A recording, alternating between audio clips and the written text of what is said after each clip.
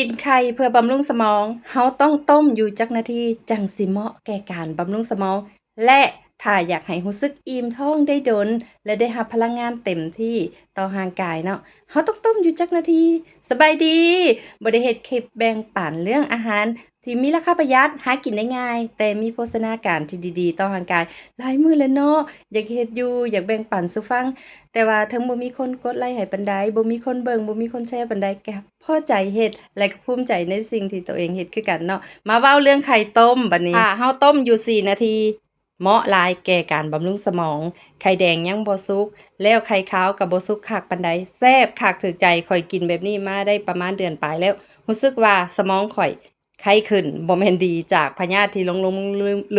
ลืมๆโอ๊ยหั้นเดะสิเว้าหยังก็ลืมๆบัดนี้ถ้าต้มอยู่8นาที ไข่เหลืองกะพอดีสุกเนาะไข่แดงหั้นนะพอดีสุกเหลืองคักก็แซ่บดีมันๆแล้วก็เหมาะแก่ร่างกายเนาะกินง่ายเฮ็ดให้ย่อยง่ายในกระเพาะอาหารเนาะแต่ว่าถ้าเราต้มอยู่10นาทีหรือ12นาทีจะเฮ็ดให้เรารู้สึกได้รับพลังงานที่ดีและอิ่มดน